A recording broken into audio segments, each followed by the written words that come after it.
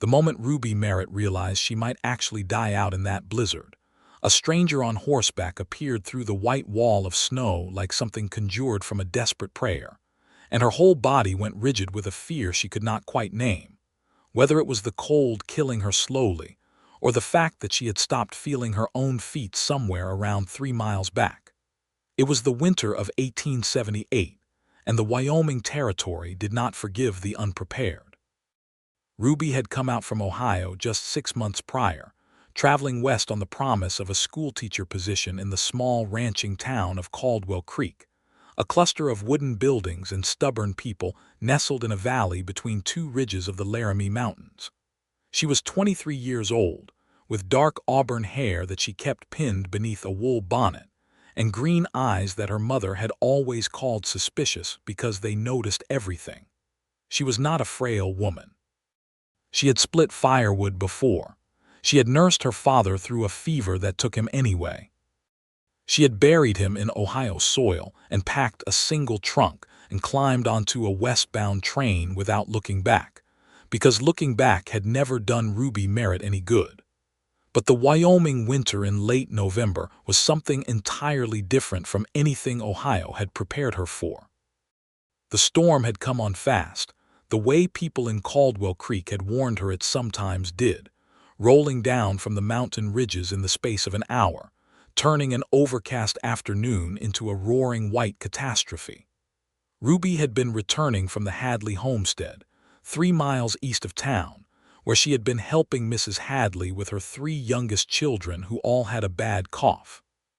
She had her horse, a steady brown mare named Juniper, and she had her wool coat and her bonnet and her good leather gloves. What she had not had was enough sense, according to the townspeople who told her afterward, to read the sky the way someone who had lived in Wyoming would have read it. Juniper had spooked at a crack of thunder, wrapped in the wind, and bolted sideways off the trail, dumping Ruby into a snowbank with considerably more force than dignity allowed. The mare had not gone far. Ruby could see her dark shape vanishing into the gray curtain of snow, but far enough. Ruby had called after her until her throat went raw. Then she had stood up, assessed herself for injuries that were minor but present, and started walking in the direction she believed was west, toward Caldwell Creek. The believing part was the problem. She had walked for what felt like an hour, maybe longer, through snow that was now up past her ankles and driving sideways into her face. The cold had moved past the biting stage into something more sinister, a numbness that crept from her extremities inward, and Ruby, who was intelligent enough to know exactly what that meant, had been making a very deliberate effort not to think about it too hard. She had been counting her steps instead. 100, 200, 300. It gave her something to do with her mind that was not panic. She heard the horse before she saw it. A low snort, then the crunch of hooves in heavy snow, and then a shape materialized through the white. A big roan horse carrying a rider wrapped in a heavy canvas duster, a wide-brimmed hat pulled low against the storm, a dark wool scarf wound around the lower half of his face. He almost rode past her. Then he pulled the roan up sharp and twisted in the saddle. "Hey," he called, and his voice came through the wind like it had been aimed specifically at her. "Hey, are you on foot?" "I am apparently on foot," Ruby called back, and she was embarrassed by how cracked her voice sounded. "My horse threw me." He swung down from the saddle in one practiced motion. He was tall, she could see that even through the layered bulk of his winter gear, and he moved toward her with the unhurried certainty of a man who had spent his whole life deciding quickly what needed to be done. He looked her over with dark eyes that she could see clearly even with the scarf covering the rest of his face, eyes that were brown and sharp and not unkind. "How long have you been walking?" he said. "I do not know exactly." "A while. Can you feel your feet?" She considered lying, because admitting she could not feel her feet to a stranger on a horse felt like a particular kind of vulnerability she did not love. But the honesty came out of her before she could stop it. "Not very well, no." He did not waste time on expressions of alarm. He untied his bedroll from behind the saddle and shook it open, wrapping it around her shoulders over her coat in a single efficient movement, and then he cupped his hands and said, "Up." I will get you on the horse. I can mount myself. Not with numb feet on icy ground in a blizzard you cannot, he said, without any particular rudeness. He was simply stating the facts of the situation. Please, up. She put her boot in his cupped hands and he lifted her, and she swung up onto the roan, and then he was up behind her a moment later, taking the reins around her so that she was enclosed by the warmth of him, which was considerable, because he was a large man and the canvas duster had kept in a great deal of heat. She felt the roan moving, felt his arms steady on either side of her, and she concentrated on not shaking too visibly, which she failed at almost immediately. Caldwell Creek. He said close to her ear to be heard over the wind. Yes, I am the schoolteacher there. I know where it is, hold on. She did not have much choice. She gripped the saddle horn with her gloved hands and let the motion of the horse take her, and through the terrible roar of the wind she could feel his chest solid against her back, and she thought, distantly, that she was going to be all right. The certainty of that settled over her slowly, like something she was allowing herself to believe in increments. He did not take her directly into town. He turned the roan toward a line of dark shapes through the snow that resolved themselves, as they drew close, into a stand of cottonwood trees and then a low stone building, a lined shack, she realized. A small structure of the kind that ranchers kept scattered across their range for exactly this sort of situation. Town is still 4 miles in this, he said, bringing the roan to the lean-to that was attached to the shack on one side. We would not make it safely. This is a rocking D-line shack. I work that range. You are sure it is safe to stop here? Safer than freezing to death, he said, and there was the faintest thread of dry humor in it that she found, against all odds, reassuring. He helped her down from the horse with the same practical efficiency he had put her up there, keeping a hand on her arm until she steadied against the wall of the lean-to. He saw to the horse first, rubbing the roan down with a rough cloth, giving him a scoop of oats from a small barrel in the corner, making sure he was as comfortable as the situation allowed, and Ruby watched him do it and thought that told her something about a man, what he did with his animal when he was cold and tired himself. Then he pushed open the shack door and got her inside. The shack was small but solid. A stone fireplace on one wall, a shelf with supplies, a narrow bunk along the opposite wall, a single wooden chair, and a small table. He had the fire going in less than 5 minutes, feeding it dry wood from a stack beside the hearth, coaxing the flame until it caught and held and began to push actual warmth into the frigid little room. Sit close to it, he said. Not too close. Let the warmth come to you gradually. Take your boots off and let me check your feet. I am quite capable of checking my own feet. He looked at her from across the small room. He had unwound the scarf from his face and pulled off his hat, and she saw him clearly for the first time. He was perhaps 26 or 27, with a lean jaw dark with several days of stubble, a straight nose, and those brown eyes that looked at her with a directness that was not impolite but was entirely unabashed. His dark hair was pressed flat from the hat, and he pushed it back with one hand with total indifference to how he looked. You can check your own feet, he said reasonably. I would just feel better if I knew you were doing it correctly. She sat in the chair by the fire and pulled off her boots, and he crouched across from her at a respectful distance and watched her inspect her own toes, which were pale and cold but mercifully were showing sensation again as the heat of the fire reached them. She wiggled them and felt the pins and needles bite of returning circulation and said, "They are fine. Cold but fine." "Good," he said and stood up. "That is good."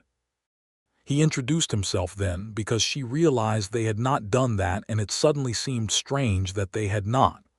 "Patrick Ellsworth," he said, holding out a hand. She shook it. Even through cold fingers she felt how work-roughened his hand was, how steady the grip. "Ruby Merritt," she said. "I teach at the Caldwell Creek schoolhouse, and I am grateful to you, Mr. Ellsworth, for finding me when you did." "Patrick is fine," he said, "and anyone would have done the same." She looked at him steadily. "I am not sure that is true." He did not argue the point. He moved to the shelf and began taking stock of what was there: a tin of coffee beans and a small hand grinder, a canteen of water, a small pot, a cloth bundle. He unwrapped the bundle and spread it on the table, and she could see what was inside. 2 strips of dried beef jerky, a folded piece of oilcloth containing some dried beans, and a single large biscuit, the kind that cowhands carried in their coat pockets against long days, dense and a little dry by now, but still unmistakably a biscuit. He made the coffee. He set the small pot of snow water on the grate over the fire to melt and heat, and he ground the beans and got the brew going. And while it percolated, he set the 2 strips of jerky on the oilcloth and looked at the biscuit for a moment, and then he took it up and walked over and held it out to her. She looked at the biscuit and then at him. "What about you?" she said.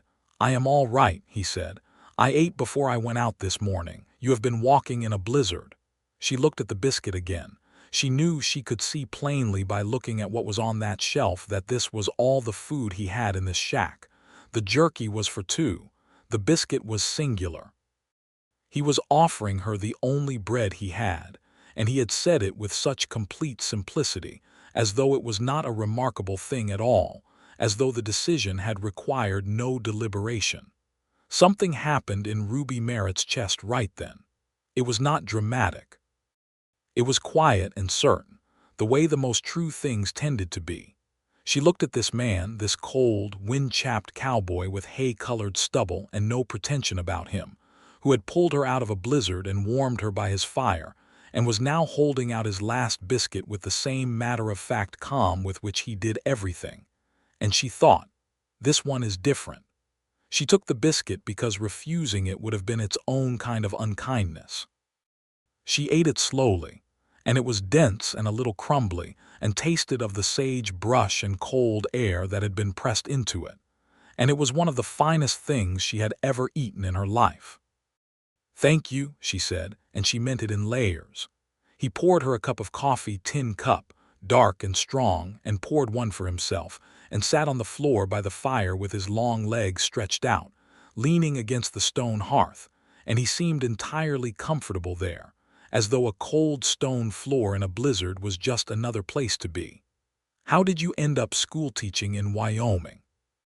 he asked, and she heard genuine curiosity in it, not the performative interest that men sometimes deployed when they wanted to talk about themselves and needed a preamble. She told him about Ohio, about her father's illness and death, about the advertisement she had answered in the newspaper for a qualified teacher for Caldwell Creek's new schoolhouse, which the town's small council had built the prior spring, about packing her trunk and her books and her absolute certainty that she needed something entirely new, even if she was not sure yet what that new thing was supposed to be. He listened. That was the other thing she noticed about him. He did not interject or redirect. He listened the way people listened when they were actually absorbing what was being said, and when she finished he said, "That took courage, coming that far alone." "It took stubbornness," she said. "My mother has always said they look very similar on me." He laughed at that, and it was a good laugh, genuine and unreserved, changing his whole face so that the lines of his serious expression broke open and let something warmer out. She found herself wanting to make him laugh again, which surprised her a little. She asked him about himself. He talked about growing up in Texas, outside of San Antonio, on a small cattle operation his father had run. He talked about moving north after the war years had thinned the cattle market in Texas, and trail driving had pushed some operations up toward Wyoming and Montana, where the grazing land was still largely open. He had come up on a drive 2 years ago with a herd for the Rocking D outfit, and the owner, a rancher named Gideon Drake, had offered him a permanent position as a ranch hand, and Patrick had taken it because Wyoming had appealed to him in some way he could not fully articulate. "Why?" she pressed. He thought about it. "It feels honest," he said finally. "The land up here, it does not pretend to be anything other than what it is." She understood that. She felt it herself. That quality of the high country, its refusal to soften itself, its blunt and enormous beauty. The storm howled on outside. The fire was good and steady now, and the small room had taken on the amber warmth of firelight, and outside the wind screamed against the shuttered window but could not get in. They shared the jerky between them and finished the coffee and talked on into the evening, the conversation ranging easily across a dozen different subjects. Books, which Ruby had opinions about in considerable volume and Patrick had read more of than she expected. The politics of the Wyoming territory and the coming statehood question, the particular challenges of teaching children who had grown up on ranches and approached formal schooling with a democratic suspicion of its necessity. Patrick had opinions. They were not loud opinions. He did not speak over her or talk to hear himself, but when he had something to say, it was usually worth the words he spent on it. He surprised her twice with references that told her he was more formally educated than his weather-beaten cowhand appearance suggested, and when she remarked on it, he told her that his mother had been a schoolteacher herself in Texas and had made sure her children knew their letters and their arithmetic and their literature before anything else. "She sounds formidable," Ruby said. "She was," he said, and there was a brief softness in his voice that told her his mother was gone. She did not press it. At some point in the late evening, the fire burned lower, and the bunk became the obvious necessity. Patrick insisted without any awkwardness that Ruby take the bunk.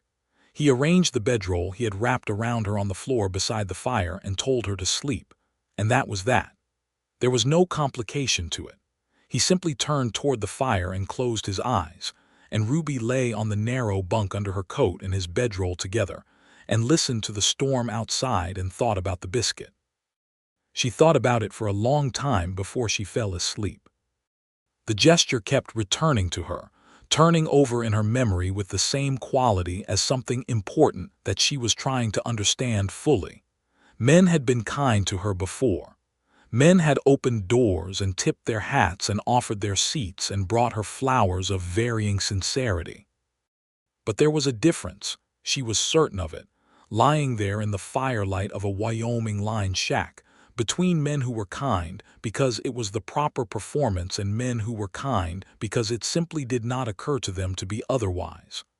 Patrick Ellsworth belonged to that second category, and she had not met many of them. She slept.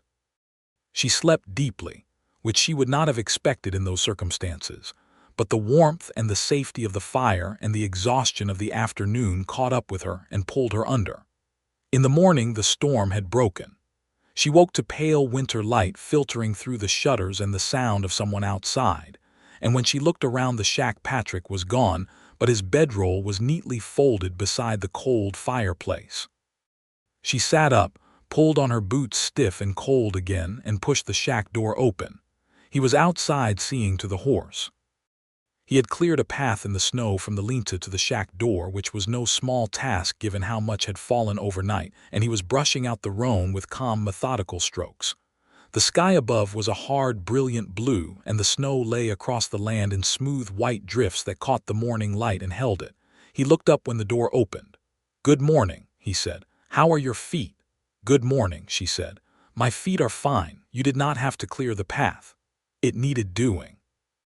She wanted to help him, and he did not tell her not to, which she appreciated.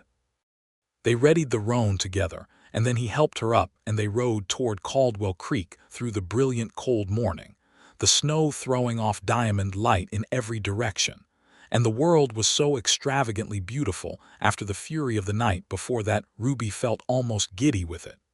They did not talk as much on the ride in. The landscape demanded attention, and there was an ease to the silence between them that Ruby noticed and filed away. Comfortable silences were not as common as they should be, in her experience. When they rode into Caldwell Creek's main street, the town was already stirring, morning smoke rising from chimneys, a few horses tied at the rail outside the general store. People stopped and looked. Ruby was aware that arriving on a horse with a man she had not previously been seen with, after spending a night away from her boarding house, was going to require some explanation. She felt the beginning of a familiar female irritation, the specific injustice of being a woman in 1878 for whom the simple act of surviving a blizzard was going to require social accounting, but she kept her chin up. Patrick brought the roan to the boarding house where she had her rooms, run by a widow named Mrs. Osgood, who was a broad-shouldered woman with a kind face and a complete immunity to scandal, having seen enough of life to find most of it unremarkable. He helped Ruby down and waited while she found her footing on the packed snow of the street.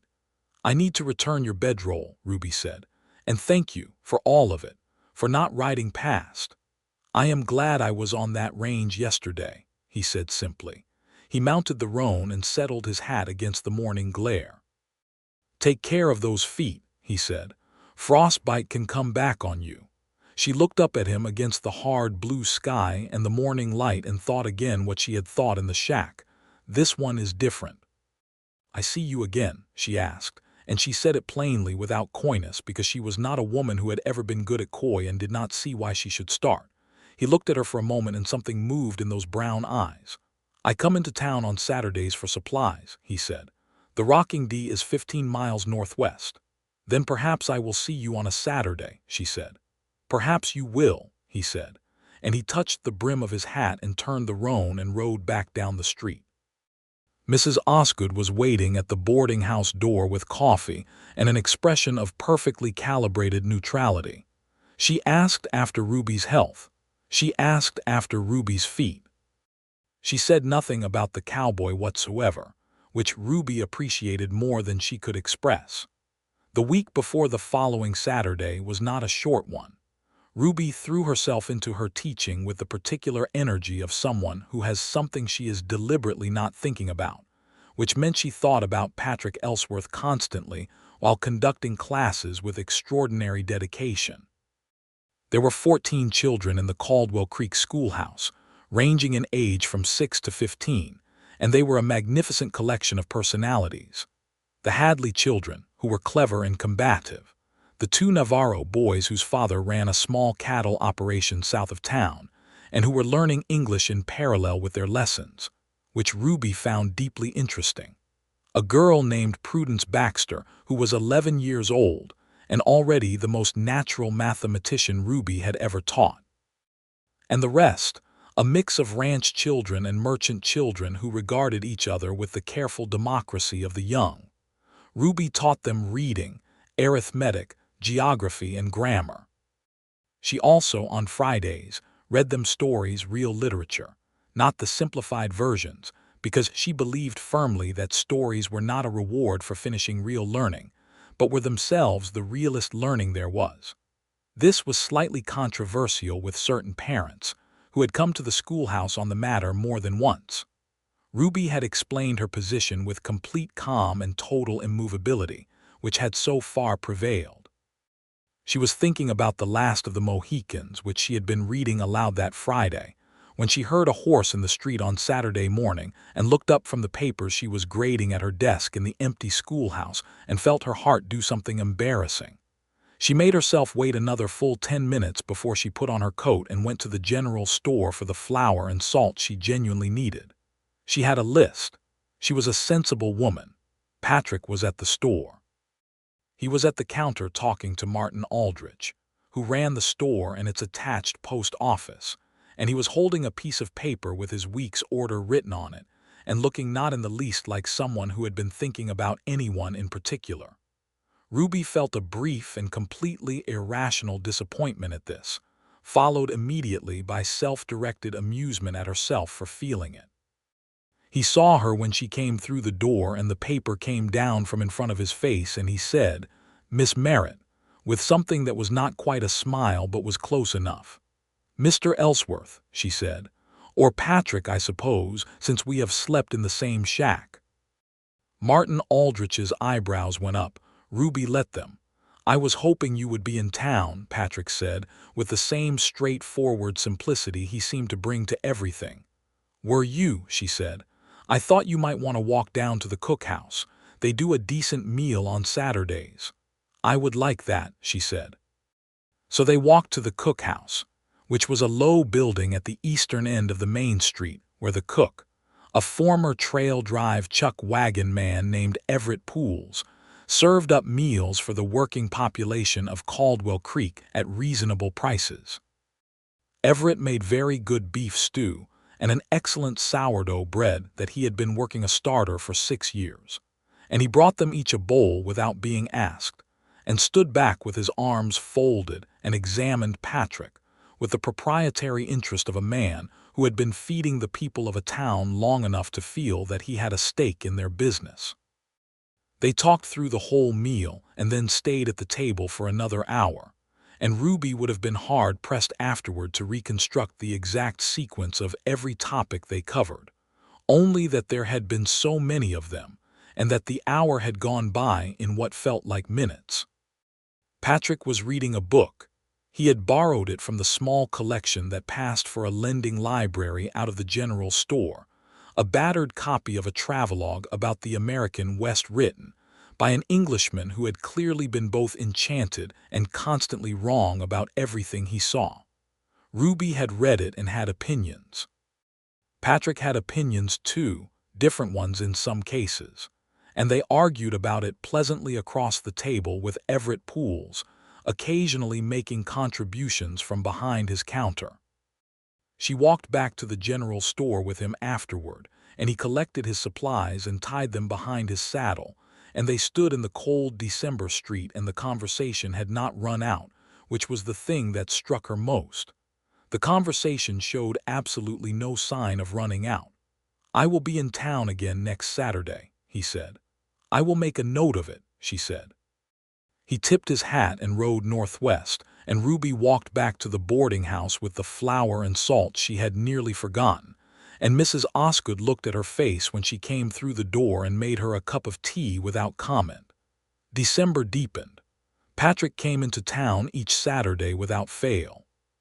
Sometimes it was just the cookhouse. Sometimes, as the weather allowed, they walked along the edge of town where the land opened up toward the ridge, and the sky was so enormous and so blue that it pressed down on you like something physical. He brought her a book from the Rocking D's small collection.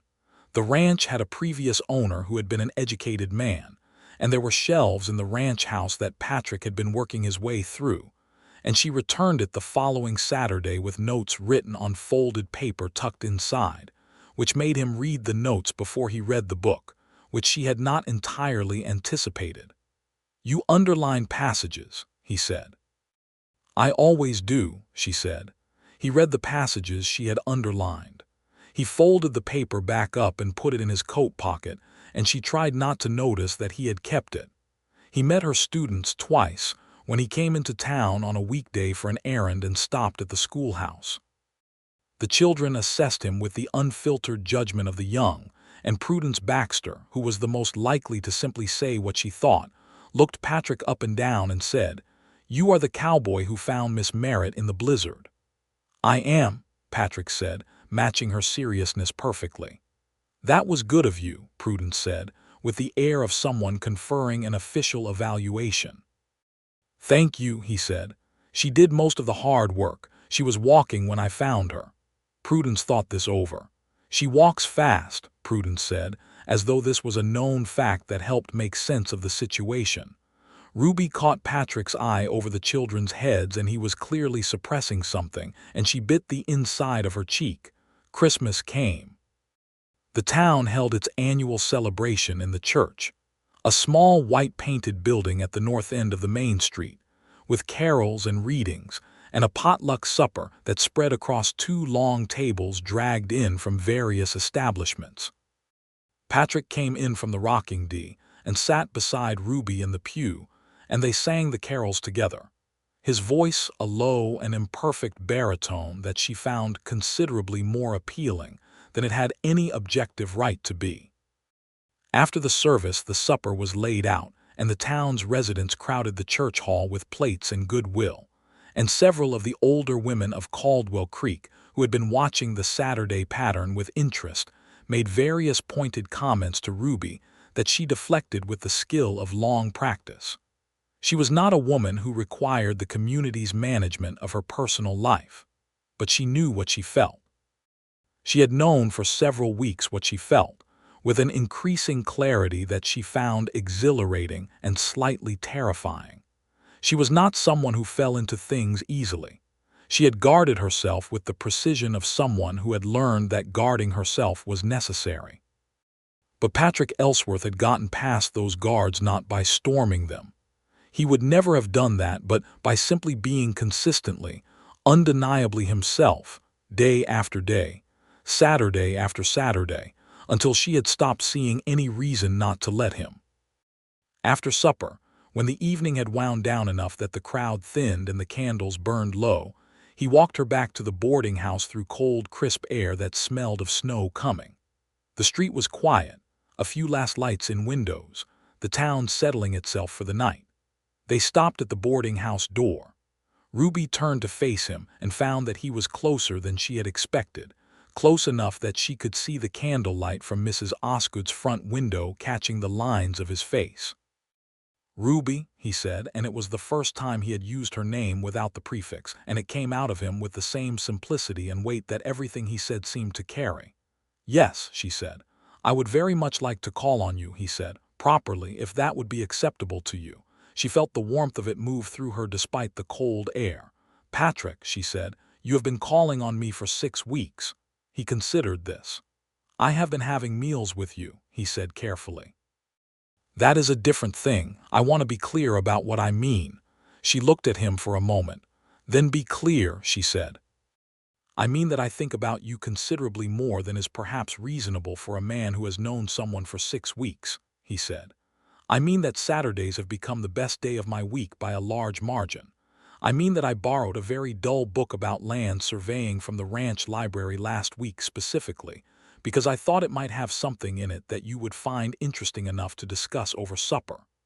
"Was there?" she said. "2 pages in the middle," he said. "Regarding the mapping of the Laramie Range, I marked them," she laughed. She could not help it. He was watching her laugh with that expression that she had learned to look for, the one where his serious face opened at the edges and let the warmth through. "I would like for you to call on me," she said, "properly and otherwise." He reached out and took her hand, which was gloved, and held it for a moment with the careful deliberateness of someone who did not take small gestures lightly. He said good night. He walked back toward the livery where his horse was stabled. Ruby stood at the boarding house door in the cold and watched him go, and Mrs. Osgood opened the door behind her and said, "Come in before you freeze again, my dear. I have mulled cider." January was brutal in the way that Wyoming Januaries were brutal, which is to say without remorse or apology, the wind hammering down from the mountains with a regularity that stripped any remaining romanticism out of the landscape and replaced it with something starker and more honest. Ruby liked it, perversely. It felt like the land was showing you its real self. Patrick came when the weather allowed, which was not always Saturdays but was always when he could manage it, and sometimes that was midweek when he had a reason to come through town. He brought her the surveying book with the marked pages, and she read them, and they talked about the land as it had been mapped, and as it actually was, which were 2 very different things. He brought her a piece of turquoise he had found in the bed of a creek northeast of the Rocking D Range, a small smooth piece the color of a summer sky, and she kept it on the sill of her room where the light hit it in the mornings. She went to the Rocking D for the first time in late January, riding out in the company of Mrs. Osgood, who had a practical relationship with propriety that allowed her to serve as a reasonable chaperone while being entirely unbothered by whatever she witnessed. The ranch was larger than Ruby had expected, a proper operation with a main house, bunkhouse, cook shed, barn, and several outbuildings arranged in a functional cluster inside a windbreak of planted cottonwoods. Gideon Drake, the owner, was a square-built man of about 50 with a white mustache and the leather-skinned look of someone who had spent 3 decades outside. He greeted Ruby with old-fashioned courtesy that was not performative but was clearly genuine, and his wife Margaret, a brisk woman with quick eyes who had come out from Missouri when Drake had established the ranch, made them all tea and asked Ruby about the school with the focused interest of someone who had been waiting for the school to happen for years. Patrick showed her the ranch. He was different here than in town, more at ease in the way that people were at ease in their actual environment, moving through the barn and the corrals with the same quiet authority she had seen when he had cared for his horse in the blizzard's aftermath. He introduced her to the roan, whose name was Cap, and to 2 other horses he had particular regard for, and to the 3 ranch dogs who were not pretty animals but were very clearly loved. She watched him work for a stretch of the afternoon, while Mrs. Osgood and Mrs. Drake became deeply absorbed in a comparison of their respective recipes for preserved apples. He was good at what he did. She could see it in the efficiency of his movements, in the way the animals trusted him, in the quiet respect the other hands showed him without any apparent hierarchy requiring it.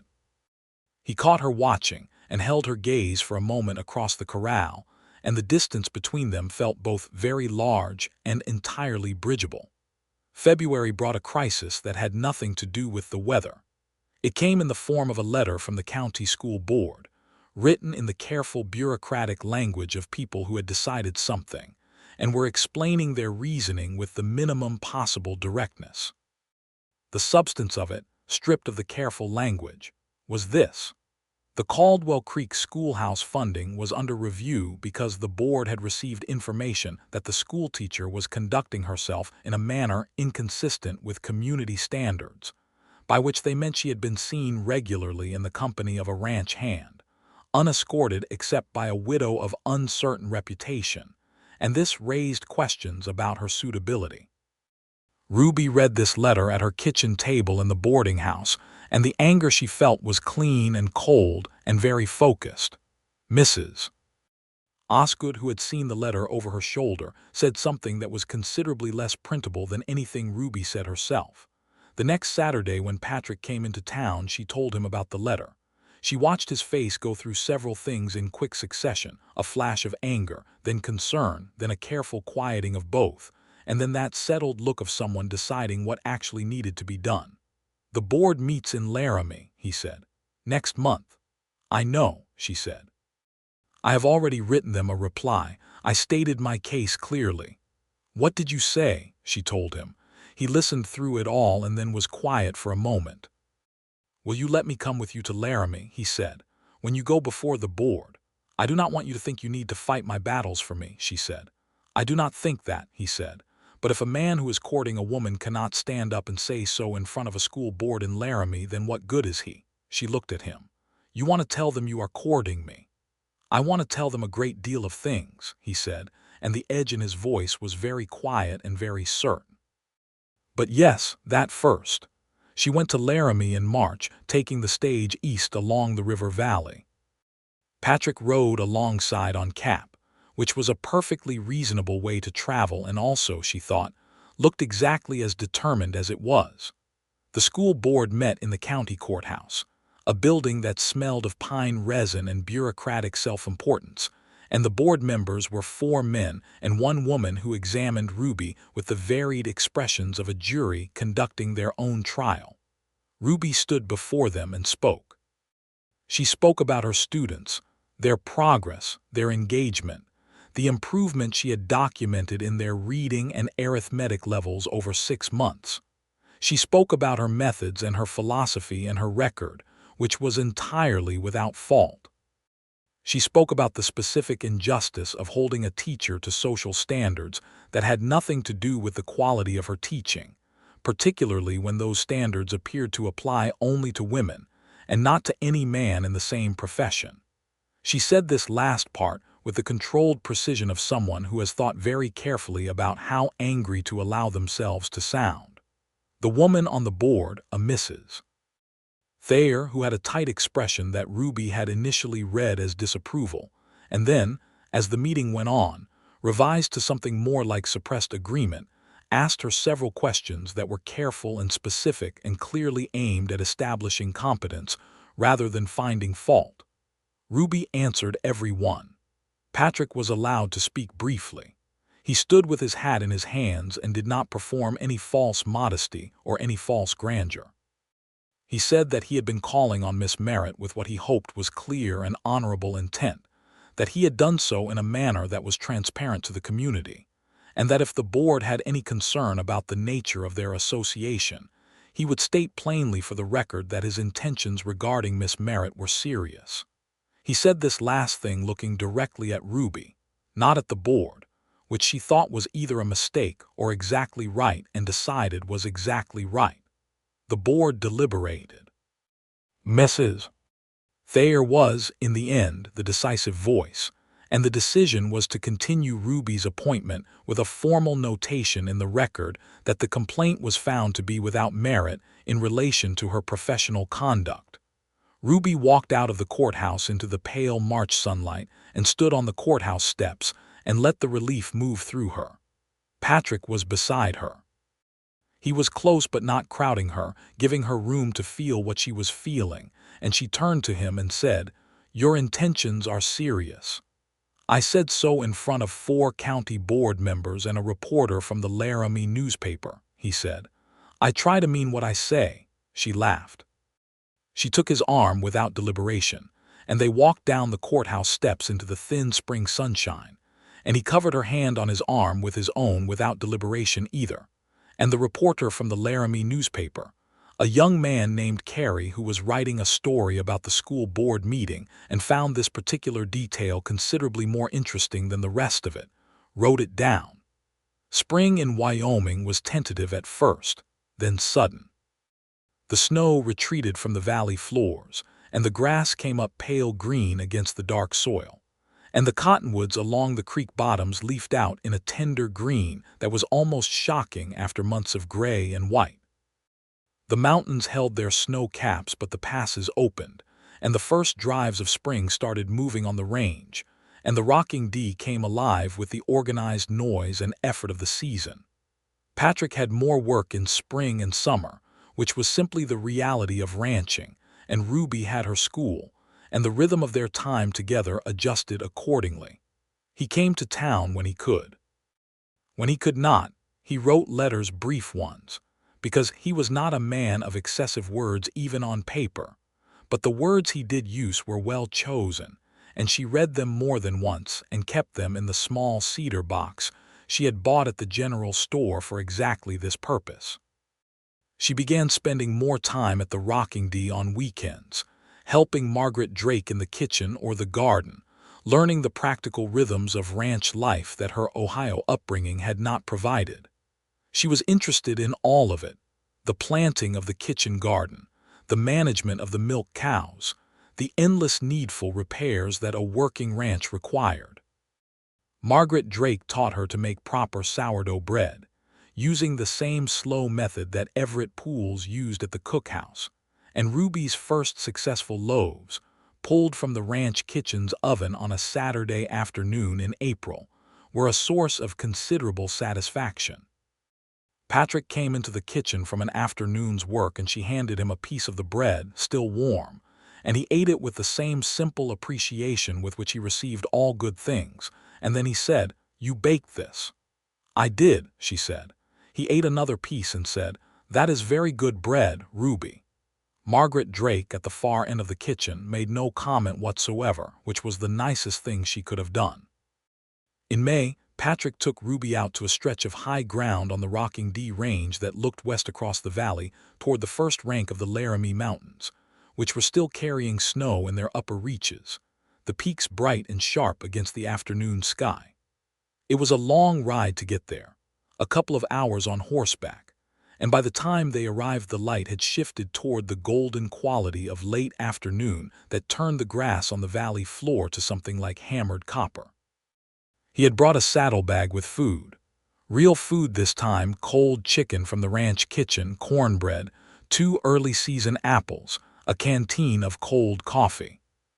He laid out the blanket from behind his saddle and they sat on the high ground and ate, and the world spread out below them in every direction with the extravagant generosity that the Wyoming landscape sometimes displayed, as though it was trying to make up for the winter all at once.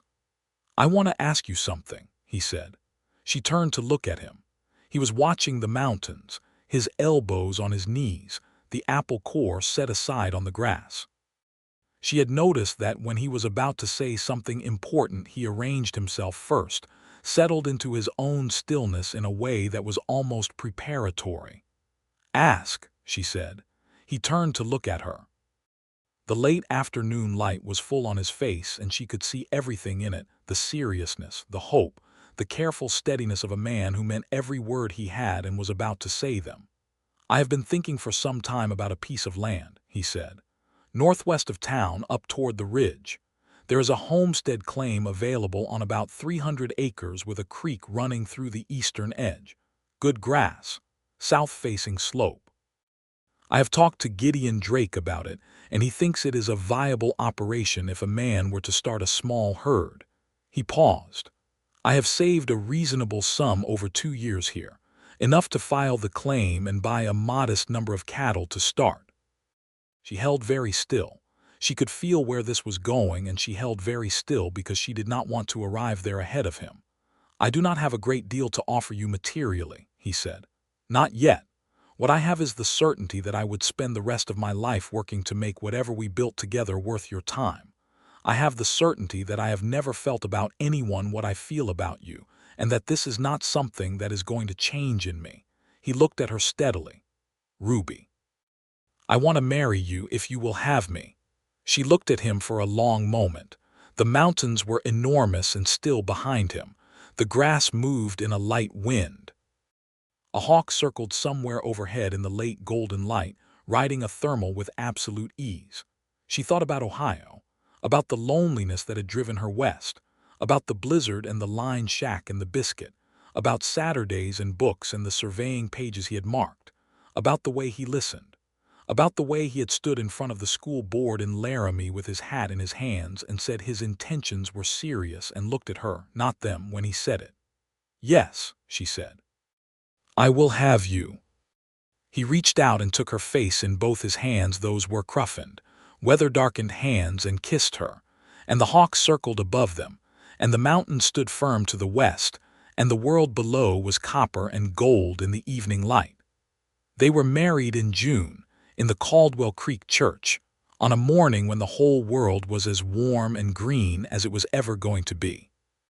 The ceremony was performed by the Reverend Nathaniel Cross, who was a small, serious man with an unexpectedly beautiful speaking voice, and the church was full to capacity because Caldwell Creek was a small town and anything worth attending was attended by everyone. Mrs.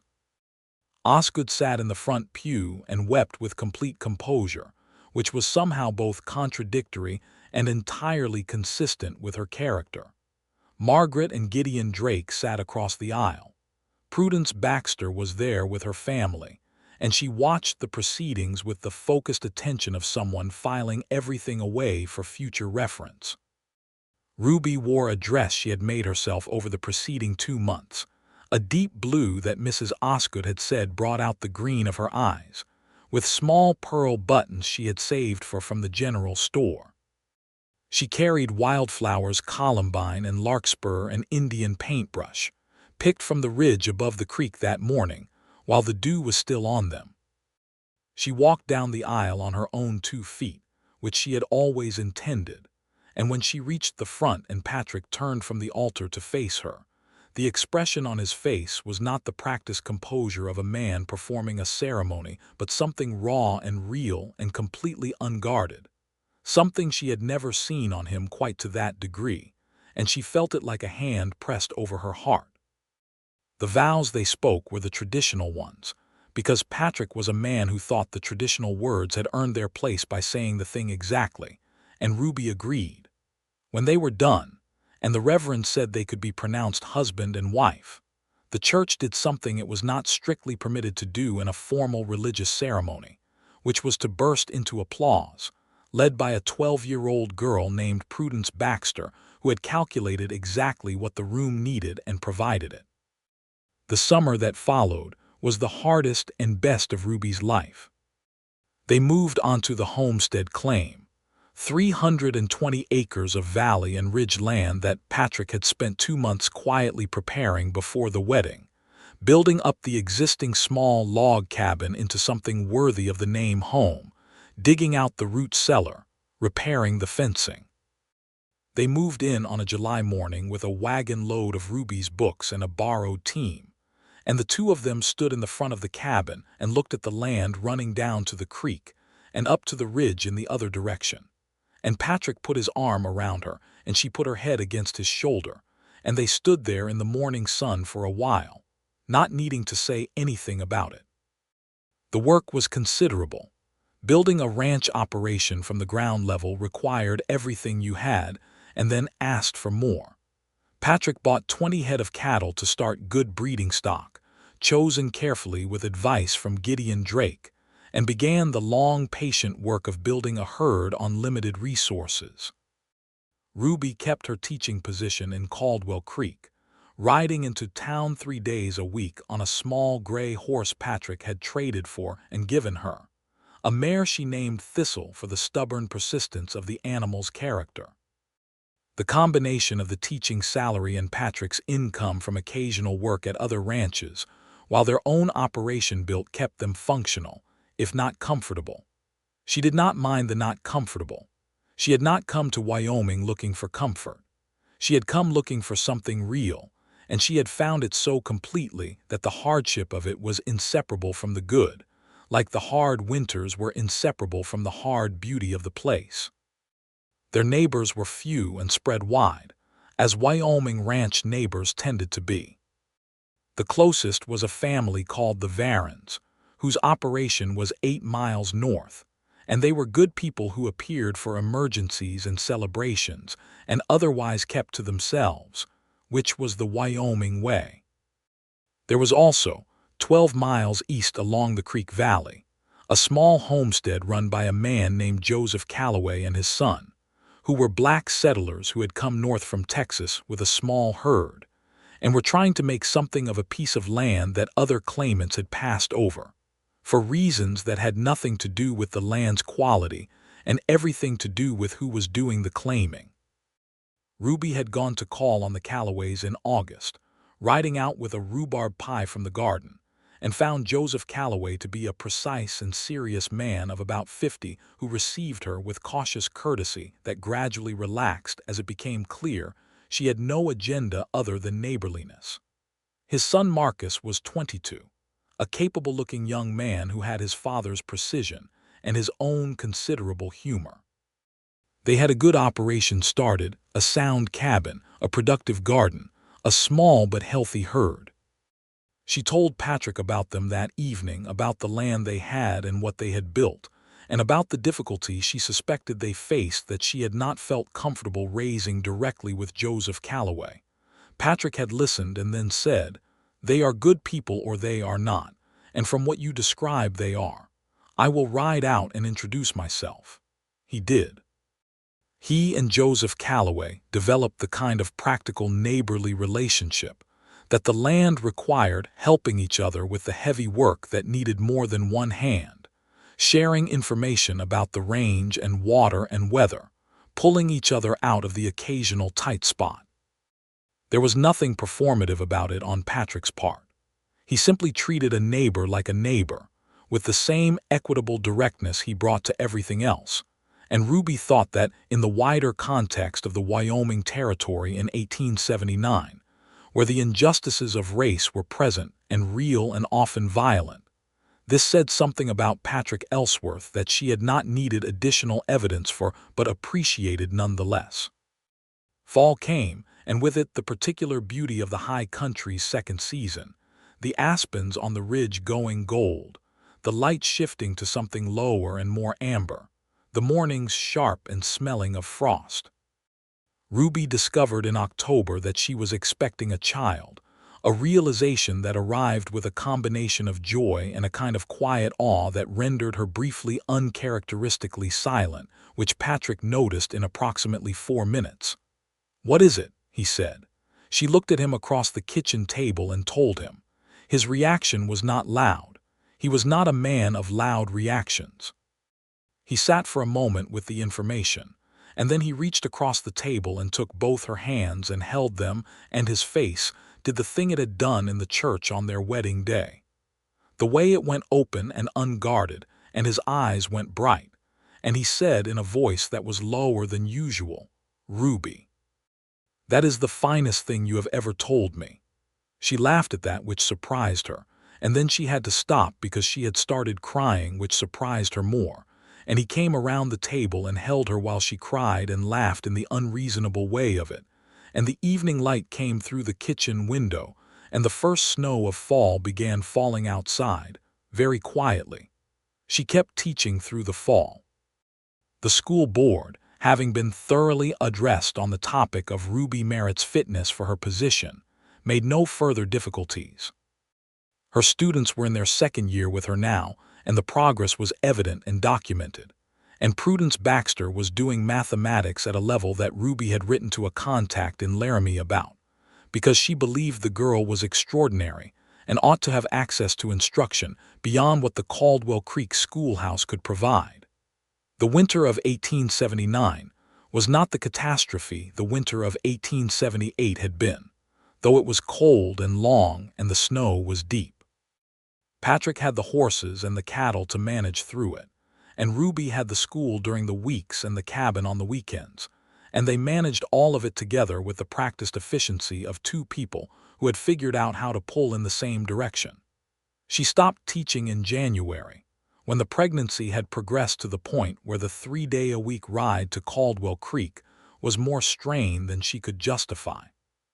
The school board had arranged for a temporary teacher, a young man from Laramie named Gerald Webb, who had just finished his education and was terrified of Prudence Baxter, which Ruby had predicted and felt only moderate sympathy for.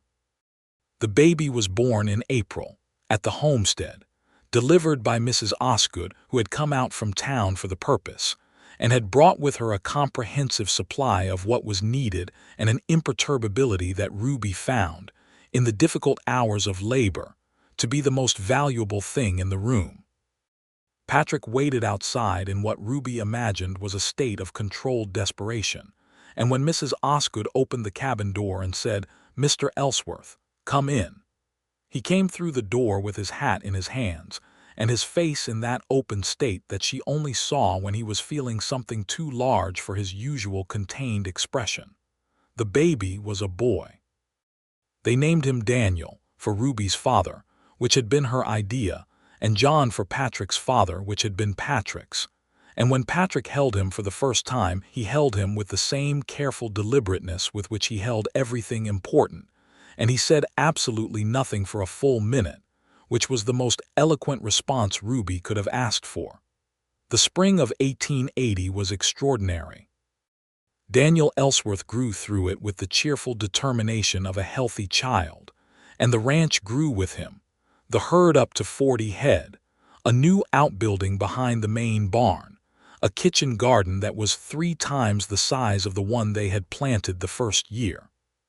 Patrick had taken on a hired hand, a quiet young man of 20 named Thomas Reyes, who had come up from New Mexico with good references and better skills, and the operation had found its rhythm. Ruby returned to teaching in September, when Daniel was old enough to be left for the school days with Mrs. Varens, whose own children were older now and who took to the arrangement with genuine affection. Ruby rode Thistle into Caldwell Creek 3 days a week and taught her school and came home in the evenings to the cabin and the work in Patrick, and she thought sometimes, riding back along the creek road in the evening light, about the different life she might have lived, the Ohio life, the smaller and more expected life, and felt only the deep and settled gratitude of having found the right thing.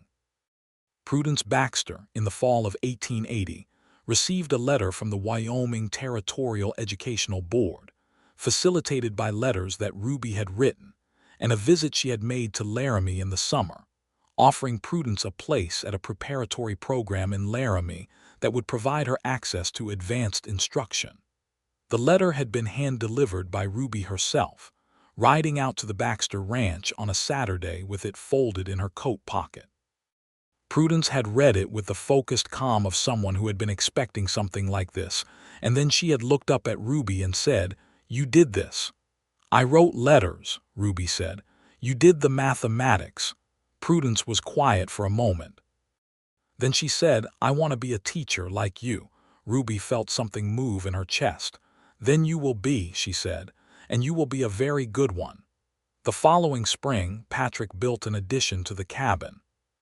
He had been talking about it for a year, planning it in the evenings by lamplight with the same methodical attention he brought to anything that required getting right.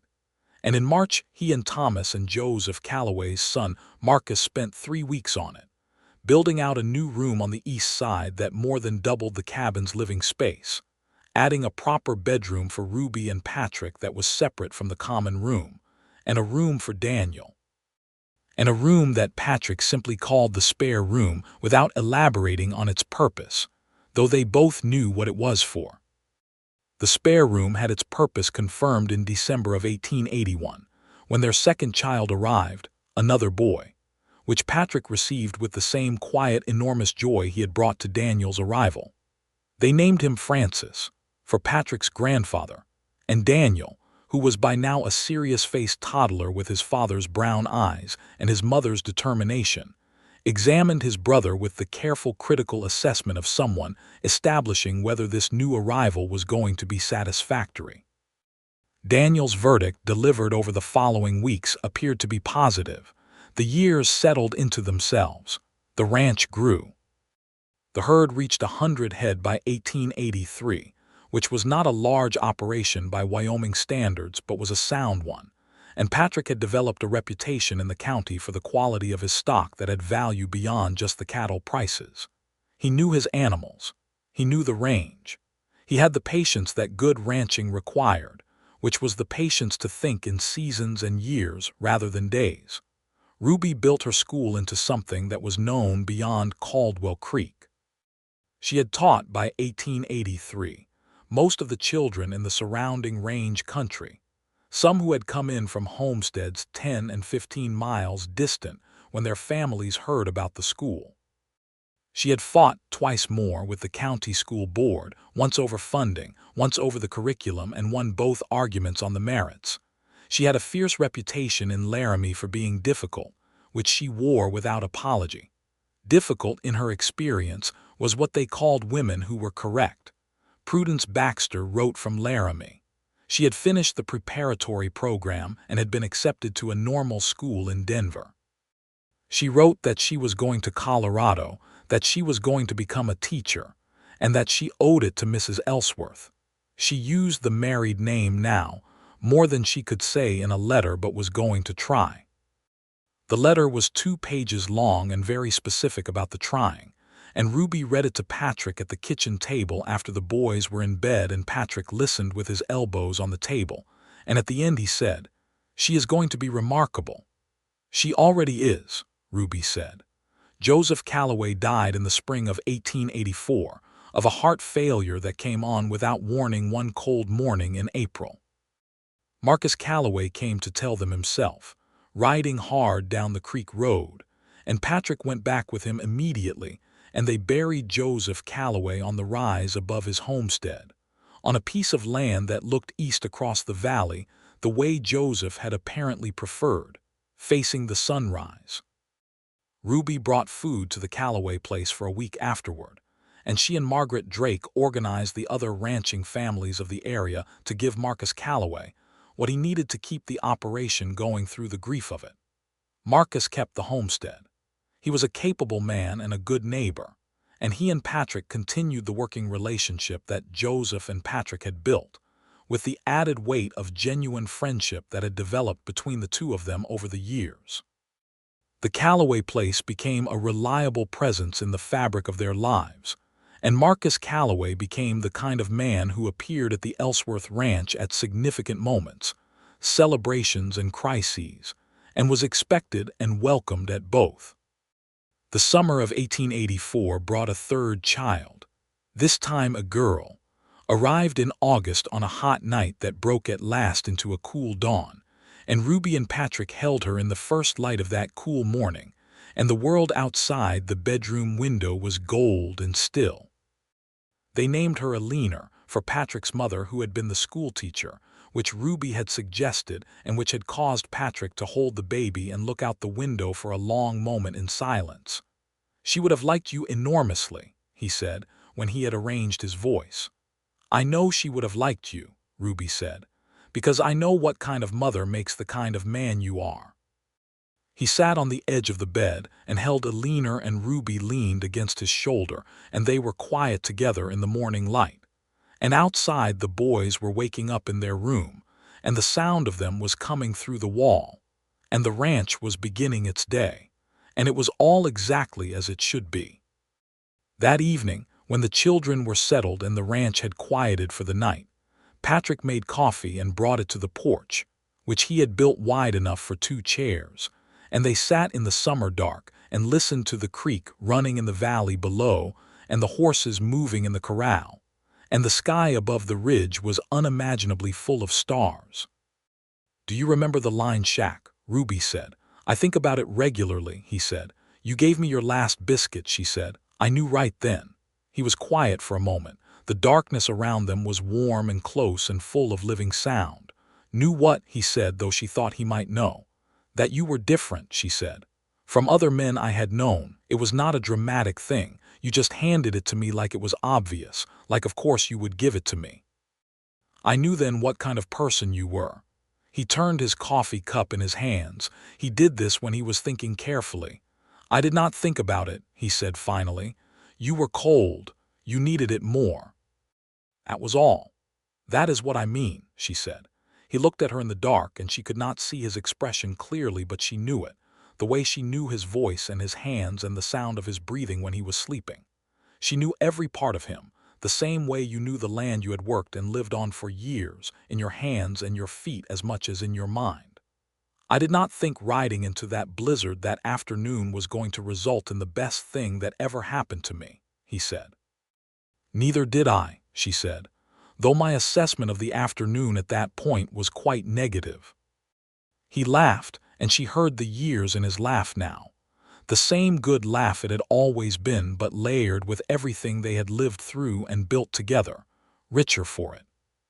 She took his hand in the dark, and he held it, and they sat on the porch in the summer night with the stars wheeling overhead and the children sleeping inside and the horses in the corral and the 300 acres of good Wyoming land all around them, and Ruby Merritt Ellsworth, who had come west looking for something real, and had found it on a storm-scoured afternoon in a blizzard that had done its best to kill her, felt full to the absolute brim of her life. The years continued, as years did, with their mixture of hard and good that was indistinguishable from each other in the long run. Daniel grew into a steady, thoughtful boy who preferred the ranch work to anything else, and showed every sign of being exactly like his father in that regard, which Ruby watched with a particular fond helplessness, because she could not have wanted a better outcome for him even if she had designed it. Francis was different, more verbal, more drawn to the inside world, to books and conversation. And when Francis was 10 and discovered the crate of novels that Ruby had acquired over the years, and started reading them with the focused intensity of someone who has found the thing they needed, Ruby felt a specific recognition that moved her deeply. Alina grew up knowing what she was about from approximately the age of 3, which anyone who met Alina understood within the first 5 minutes of the acquaintance.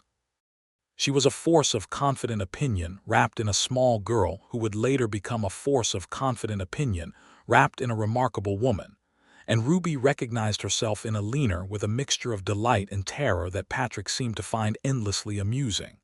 "She is exactly you," he said one evening, watching Alina conduct a negotiation over bedtime that was both completely unreasonable and completely compelling. "She has your stubbornness," Ruby said. "She has your articulation of her stubbornness," he said. "Which is the more dangerous half?" Marcus Calloway, in the spring of 1886, married a woman named Dorothea Mills who had come out to work at the Caldwell Creek boarding house, having been widowed early in life, and decided to start somewhere different. Ruby liked Dorothea immediately. She had the directness that Ruby appreciated, and the warmth that the directness in some people sometimes lacked, and the two couples became part of each other's regular lives, sharing meals and celebrations and the ordinary business of neighboring. The Rocking D, under Gideon Drake, continued to operate northwest of them, and Gideon and Margaret Drake remained the kind of steady presences that Patrick and Ruby thought of as the anchor points of their community. When Gideon Drake's health began to fail in the fall of 1887, it was Patrick who took on the additional management of the Rocking D's range, not as an employee but as a neighbor, as someone who understood what the land needed and was not going to let it suffer because the man who owned it was ill. Gideon Drake died in January of 1888, in the bitter cold of a winter that was hard even by Wyoming standards, and Margaret Drake was at the Ellsworth place for much of the subsequent month, and Ruby sat with her in the evenings while the men were out working, and they drank tea and sometimes talked, and sometimes were simply quiet together, which was equally useful. Gideon Drake, it turned out, had left a portion of the Rocking D range specifically, the Creek Valley acreage that ran adjacent to the Ellsworth property, to Patrick in his will, with a note that read, in the practical language of a man who had spent 50 years saying what he meant and meaning what he said, "The range knows him.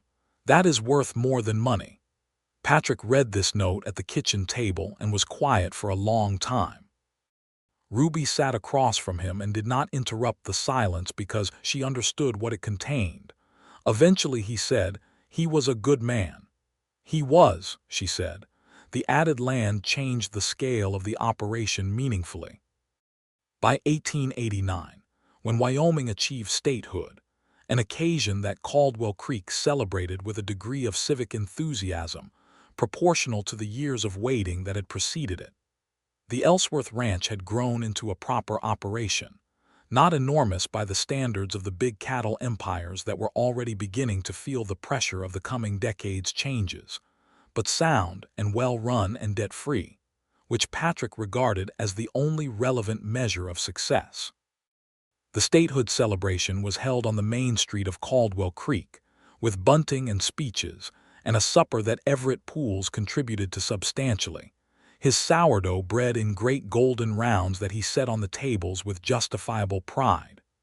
Ruby made a short address herself, invited by the town council because she had been the schoolteacher for 11 years now and was considered, whether she had sought it or not, one of the town's significant figures. She talked about what Wyoming statehood meant for the people who had built the territory from difficult ground, and she named them: the ranching families and the homesteaders, the black settlers and the Mexican vaqueros who had worked these ranges, the Chinese workers who had laid the railroad through this country at enormous cost. She said that statehood was worth celebrating and also worth examining, because the best thing a new state could do was know honestly what it was built on and honor all of it. There was some applause and some silence, and Patrick in the crowd was watching her with an expression that she caught only briefly because she was looking at the assembled people of Caldwell Creek. But she saw it, and it was the same thing she had seen in the church on their wedding day, and in the lined shack in the firelight, and in every significant moment between that open, unguarded, utterly unperformative look of a man who was proud of her in the way that only people who genuinely understood you were capable of being proud. Daniel Ellsworth was 12 years old in 1892, and he was his father's son in every way that the ranch required: patient, capable with animals, not afraid of the hard work that the land asked.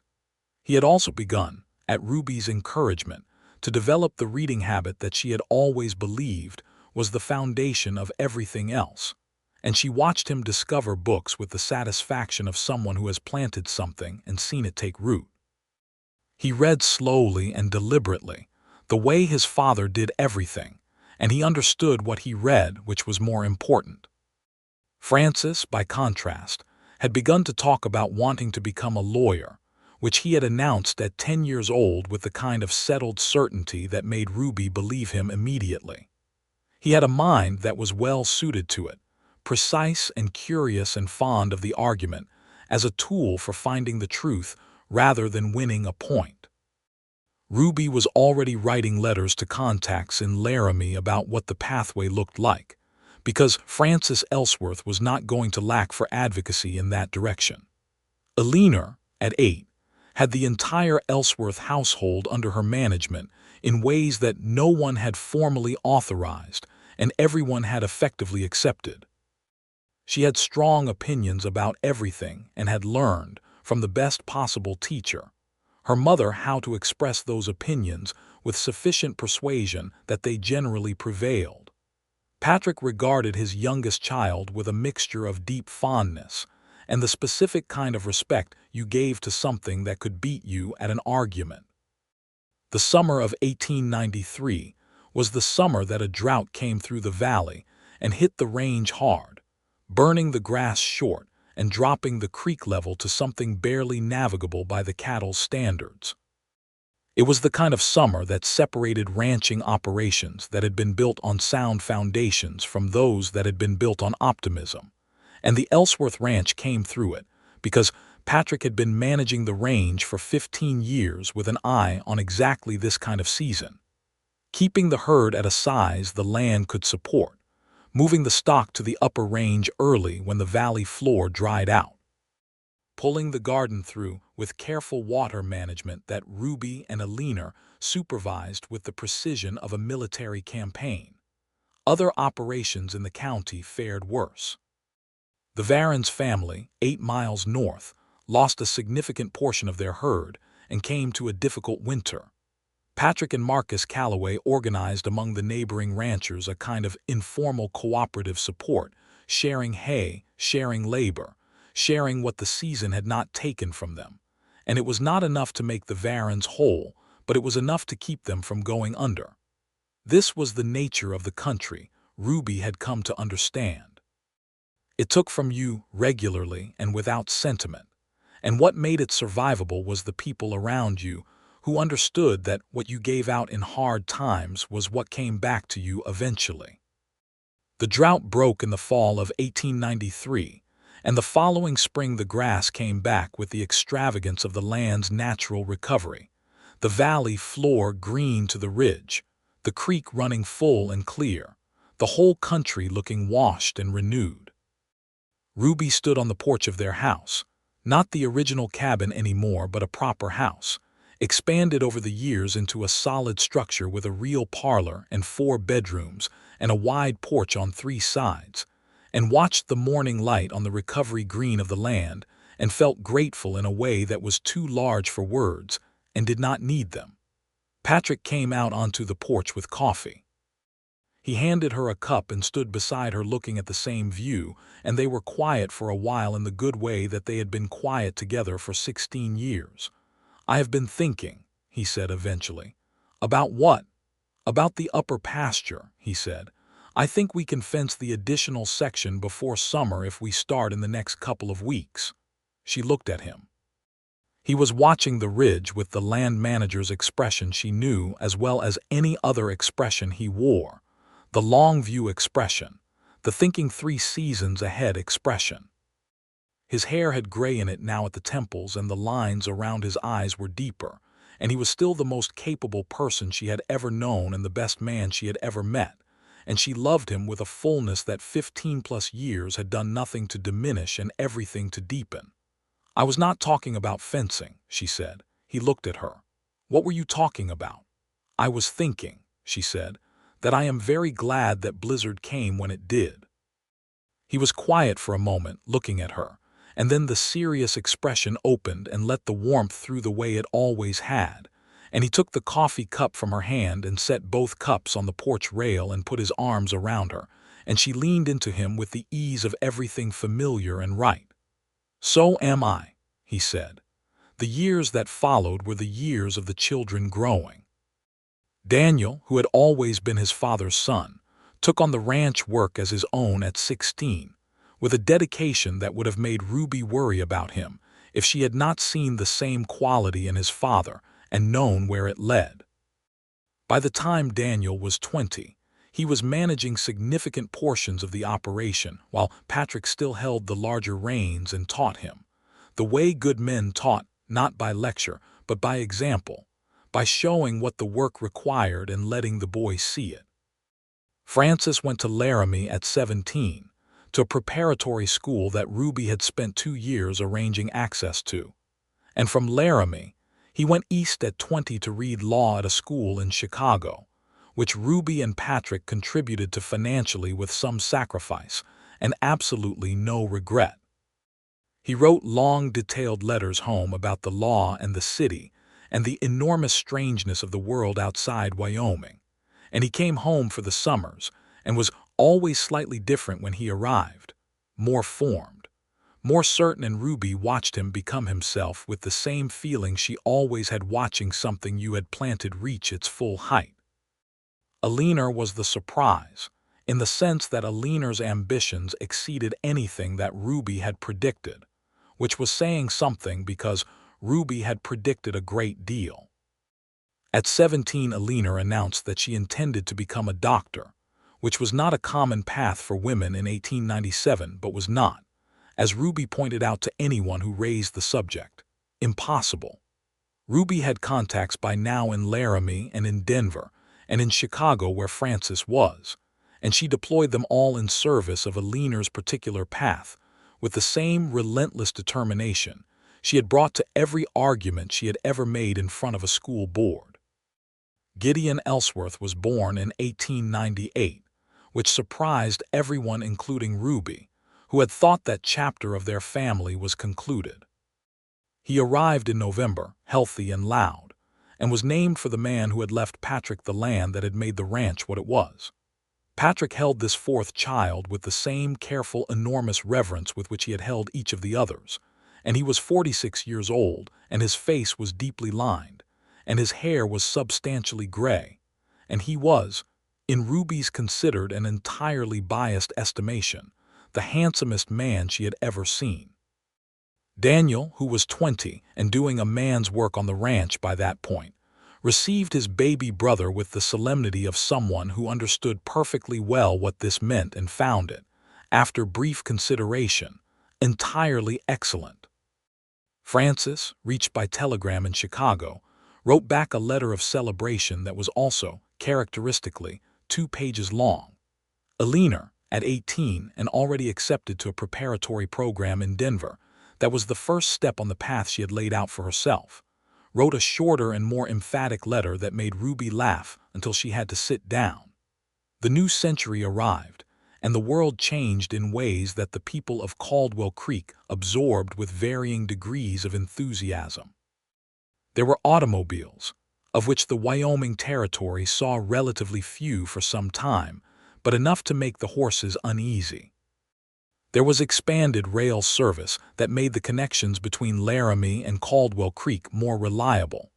There were new markets for cattle that improved the operation's profitability meaningfully, and Patrick, who had never been a man to resist changing his practices when changed practices would improve outcomes, adjusted accordingly. He was 50 years old in 1902, and he was still doing the work of the ranch every day, still riding the range with the same ease he had always had, still fixing fence and moving cattle and managing the grass with the patient intelligence that the land required. Ruby was 47, and she was still teaching at the Caldwell Creek schoolhouse, though she had long since transitioned from the sole teacher to a partnership with a younger teacher named Clara Yount, who had come out from Nebraska, and whose education Ruby had taken on with the same investment she had always put into capable students who needed someone to expect the most of them. On the evening of their 22nd wedding anniversary, Patrick and Ruby sat on the wide porch of their house in the June dark, the way they had sat on porches together for all the years of their life together. The ranch was quiet around them, the herd settled, the horses in the corral little Gideon finally persuaded into bed after a long campaign that had required the combined efforts of both his parents and his older brother Daniel, who was home for the week from the far range. The sky was very full of stars, and the air smelled of new grass and creek water and the particular sweetness of early summer in the mountains. 22 years, Patrick said. You are counting, she said. I always count, he said. I want to know how many there are. She looked at him in the dark and thought about the man she had met in the blizzard, on that November afternoon in 1878, when she had been walking through the white wall of a killing storm on feet she could not feel. She thought about how she had looked up and seen a shape through the snow, a horse, a rider, a man who did not ride past, and how her whole life had bent in a new direction from that point, not away from herself but more fully toward herself, toward the best version of the life she was capable of living. "I knew when you gave me the biscuit," she said again, as she had said on an earlier summer porch in an earlier summer dark. "I know you did," he said. "You have told me this before. I will tell you again," she said, "as many times as seems appropriate." He reached over and took her hand. His hand was the same as it had always been, work-hardened, steady, exactly right in hers. She heard him breathe out, slow and settled, the exhalation of a man at peace with his life in the deepest possible sense. "Ruby," he said. "Patrick," she said. They sat in the summer dark, and the stars moved overhead on their ancient courses, and the ranch breathed around them in the quiet, and little Gideon's light went out in his room window, and Daniel's light stayed on a while longer, and the creek ran in the valley below as it had always run, and the mountains stood to the west as they had always stood, and the Wyoming night was enormous and beautiful and entirely, completely real. Marcus Calloway's wife, Dorothea, brought her 2 children over the following afternoon, and the Calloway children and the Ellsworth children, those still at home, ran the ranch yard with the free energy of summer, while the adults sat in the ranch kitchen with coffee and talked through the ordinary and important business of neighbors who had shared the same piece of earth for 20 years. Ruby watched Patrick and Marcus talking at the table, 2 men of middle age with lined faces and good humor, and the easy shorthand of people who knew each other well, and thought about what they had built here, all of them on this piece of Wyoming. They had built something real. Not without cost. There had been drought and winter and grief and injustice, and difficulty of the kind the country provided with democratic generosity, but real in the way that things were real when they had been made from actual effort and actual love, and the actual truth of people's characters. Francis came home in the summer of 1903, newly admitted to the Wyoming bar, which was a celebration of the first order. He came home looking very much like himself, but more so. The law had given him a precision in argument that was formidable, and a confidence in his own capacity that was well earned. He was not going to stay in Caldwell Creek. He had ambitions that pointed toward Cheyenne, toward the larger arena, and Ruby and Patrick had not raised him to be small when he was not, but he was home, and it was good to have him there. Eleanor came home the same summer, visiting from Denver where her medical training was ongoing and demanding and going, from her letters, exactly as she had planned. She was 23 and fully herself, and she sat at the dinner table on her first night home and talked about what she was learning with the focused intensity she had always brought to everything, and Patrick listened to all of it and asked her 3 questions that made her pause and think before she answered, and at the end of the dinner he looked at his daughter and said, "You are going to be excellent at this." Eleanor looked at him and said simply, "I know," and then, after a beat, "But thank you." Ruby caught Patrick's eye across the table, and he had that expression again, the one that was too large for his face to fully contain, and she thought that she had been very right, a very long time ago, in a lined shack in a blizzard, about what kind of man he was. The autumn of 1903 was a beauty that stopped you. The aspens on the ridge went their particular burning gold, and the sky above them was the deep hard blue of high-altitude October, and the light had that low amber quality that turned everything it touched into something luminous. Ruby rode Thistle, a younger Thistle now, the original long gone but the name maintained by tradition and sentiment, up to the high ground above the creek one Saturday afternoon, the high ground where Patrick had brought her on that May afternoon in 1879 and asked her to marry him. She rode up there by herself, which she did sometimes, and sat on the horse at the top of the rise and looked west at the mountains. The mountains were still there. They were exactly where they had always been, wearing their first snow of the season on the upper peaks, bright and hard and permanent. Below the rise the valley spread in its autumn colors, the ranch buildings visible in the middle distance, smoke rising from the kitchen chimney. The horses were dots in the corral. She could see Patrick's figure moving at the far edge of the hay barn, though she could not tell what he was doing at this distance. He was there. He was always there. She sat on the horse on the high ground in the October light, and felt her life around her like something that had grown into exactly the shape it was always meant to be, not because it had been easy or simple or without grief, but because it had been fully lived, on good ground, with the right person beside her. From the moment a stranger on a big roan horse had materialized through the white wall of a Wyoming blizzard and pulled her up behind him, and later, in a warm-lined shack with a fire going, had held out his last biscuit with no more ceremony than if it were the most obvious thing in the world, which, she had learned, was exactly who he was. Not because he had performed it for her or decided it was strategically advisable or calculated what it would cost him, but because he had looked at her, cold and stranded and too proud to ask, and he had thought of her before himself, without even thinking that he was doing so. That was who Patrick Ellsworth was. She had known it from that moment, and 25 years of marriage had not found a single exception. She turned Thistle back toward the ranch and rode down through the gold-leafed aspens in the October light, and when she came into the yard, Patrick looked up from the work he was doing at the barn, and she lifted a hand, and he lifted a hand back, and that was all that was needed. Gideon, who was 5 years old and had the curiosity of someone who intended to understand everything immediately, was waiting at the yard fence with a question. She could see it on his face before she was close enough to hear it. He had Patrick's brown eyes and her auburn hair, and he was going to be someone extraordinary, this boy, this last unexpected gift of their life together. And she knew it the way she knew most things worth knowing in her bones, plainly and without doubt. "Mama," he called as she came through the gate.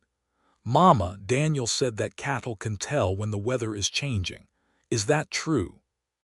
"Come here," she said, and helped him up onto the saddle in front of her and turned Thistle toward the pasture so he could see the cattle grazing in the afternoon light.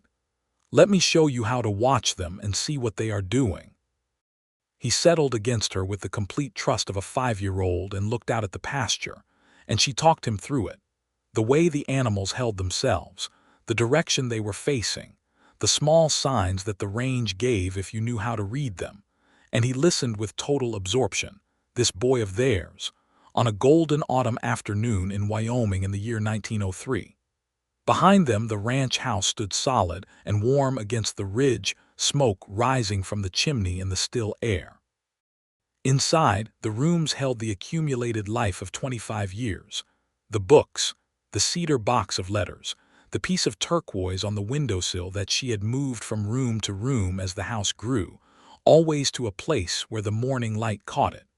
The photographs on the parlor wall, the wide kitchen table around which everyone who mattered had sat at one time or another. Patrick came around the corner of the barn and saw them in the pasture and stopped, leaning against the fence post, watching his wife and youngest child with the patient attention he brought to all good things. She could feel him watching from across the yard. She turned and found his gaze and held it for a moment, across the autumn light and the years and everything they had built and done and been to each other. He raised a hand. She raised hers. The mountains stood to the west. The creek ran in the valley. The aspens burned their gold against the blue sky. The cattle moved slowly in the pasture, reading the weather with their ancient and reliable instincts. And Ruby Merritt Ellsworth, who had come west on a train from Ohio looking for something real, held her youngest child on a horse in the October afternoon of her 25th year of marriage to the finest man she had ever known, and understood with the absolute certainty of someone who has lived a full and honest life that this, all of this, every hard and beautiful and true bit of it, was exactly what she had been looking for.